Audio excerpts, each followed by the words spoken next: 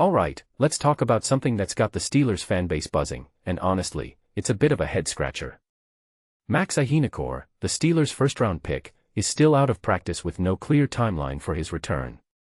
Now, if you're like me, you're probably thinking, wait, wasn't he supposed to be back by now? Because, let's be real, when head coach Mike McCarthy initially said Iheanachor would return by Monday, it felt like a minor setback. But here we are, and the situation seems a lot more serious than anyone expected. What makes this really interesting is the ambiguity around the injury itself. It's being called a neck/shoulder issue, which, on the surface, doesn't sound career-threatening. But the fact that there's no timeline for his return, that's a red flag. Personally, I think there are two ways to look at this. One, the Steelers are being overly cautious with their prized rookie, which makes sense. You don't want to rush a first-round pick back and risk long-term damage. But the other possibility, the injury is worse than they're letting on. And if that's the case, it raises a deeper question: how much of a setback is this for the Steelers' offensive line plans? From my perspective, this isn't just about Iheanakor's health, though that's obviously the priority. It's about the ripple effect this has on the team. The Steelers' offensive line has been a point of concern for years, and Iheanachor was supposed to be a key piece in fixing that. Now, with the preseason opener against the Packers just around the corner, it's hard to imagine him suiting up. And even if he does return soon, how much of a delay will this cause in his development?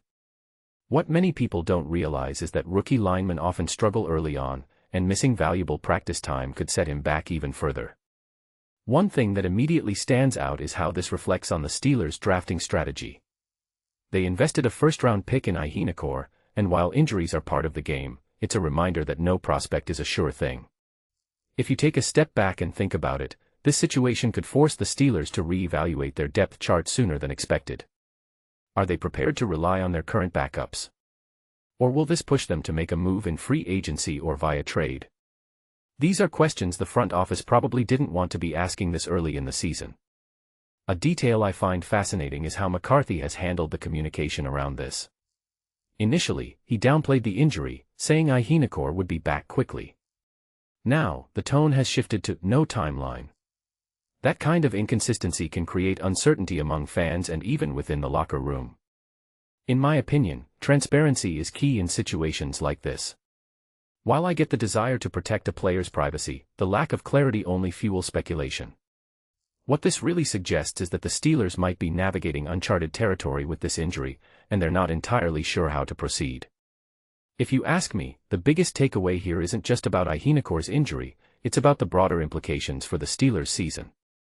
This team was already facing questions about their offensive line, and now they're dealing with a potential long-term absence of a key player. It's a reminder that in the NFL, nothing is guaranteed, and even the best-laid plans can be derailed by a single injury. So, as we head into the preseason, I'll be keeping a close eye on how the Steelers adapt. Because, let's be honest, how they handle this could define their entire year. What do you think? Is this a minor setback or a major red flag? Let me know in the comments below.